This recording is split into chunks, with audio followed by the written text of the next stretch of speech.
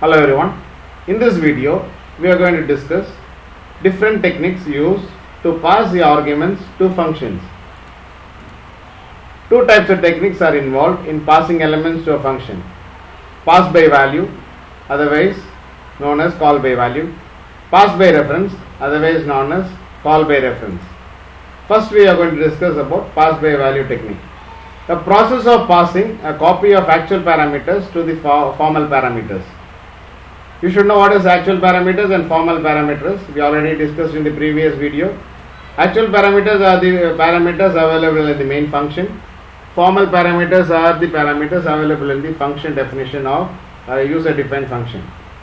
Actual parameters contains the values, or you can say original values, which is been taken from the user, which will be passed to the formal parameters, which is there in the user defined function, which can be accessed, processed, and then send the return value. Now, any changes made in the formal parameters does not reflect on the actual parameter. So that's the rule in pass by value.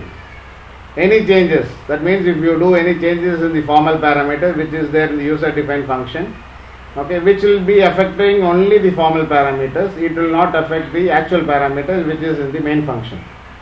We will be discussing that later. All primitive data types are can be passed to the function. That means not only integers, you can pass decimal values, you can pass characters, anything can be passed to the function by default in pass by value method.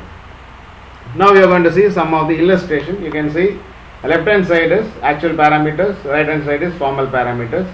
So you got two actual parameters available, A and B, which has the values 5 and 6. Now these values are passed to the formal parameters, which is also A and B. Why I used A and B is to differentiate this actual parameters A and B and formal parameters A and B are totally different. It does not have any connection between them because they are locally defined. So these actual parameters are defined in main function and formal parameters are defined in the user defined function. So it does not relate to each other. Only the values are passed here, not the variables. You can also use other variables like x, y or any variables. It is not necessary that you should use the same parameters. You can use any other parameters. Now where the values are passed, any changes you made here, you can see a plus b, that is a plus 2 and b plus 2. That is the values have been altered. Now a values become 7, b value become 8. That means the formal parameter is been changed. Okay, but you can see the left hand side actual parameter has the same value, it does not change. That means whatever changes you made in the formal parameter does not reflect back in the actual parameter. Now we will see an program example. You can see a main function and you will see an user defined function. Here you can see A and B are the actual parameters and x and y are the formal parameters. A and B are defined inside the main function and x and y is defined in the user defined function. So it doesn't have any relation. You are going to only pass the value. So we will discuss what happens in the main function. First you have to create an object for the class call by value. You can see call by value OB equal to new call by value. So OB is the object and you have two variables A and B which has the value 5 and 6. And you know that non-static function should be called only, accessed only using an object. So you are using OB dot show. Within bracket you have the actual parameters A and B. Now the values of 5 and 6 has been passed to the formal parameter which is x and y. So here you can see 5 will be passed to x and 6 will be passed to y. That is the order. So A is the first value and B is the second value which is passed to x and y. Now here inside the method you can see that it has been increased, that is it has been updated and it is stored in the same x and y value. So it is increased by 2. Now after increasing you are displaying the formal parameters x and y in the function definition itself, that is function itself. After which it will come back to the main function, that is the next line, that is it is printing an actual parameter using a system or println statement. You are printing A and B value. Now you are going to see the output. After execution, see formal parameter is 7 and 8 which has been increased by 2, but it is not reflecting to the actual parameter which is given. Next you are going to see what is pure function is.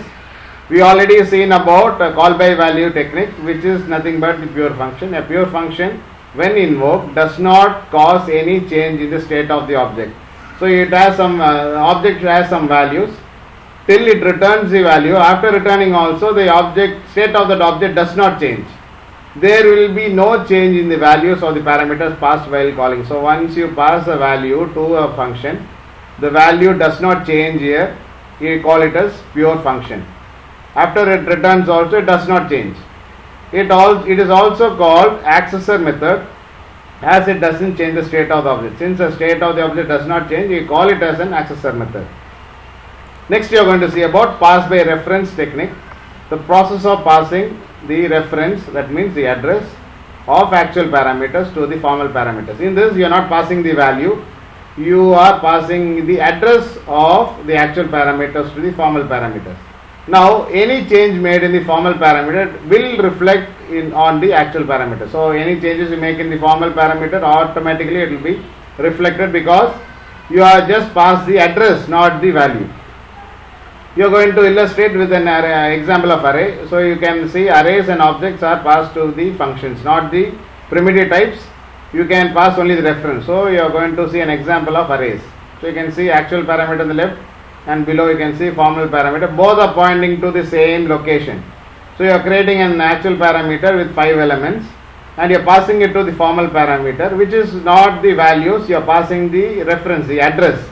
That means formal parameter also is pointing to the same location. That means here any changes made to the parameter, that is whatever changes you made to the elements, which will be reflected in the actual parameter also. So here you can see ARR plus 5, that means you are increasing the value by 5 for the formal parameters. Automatically actual parameter, the values also will change. Now you can see an example program. We will start with the main function. You create an object.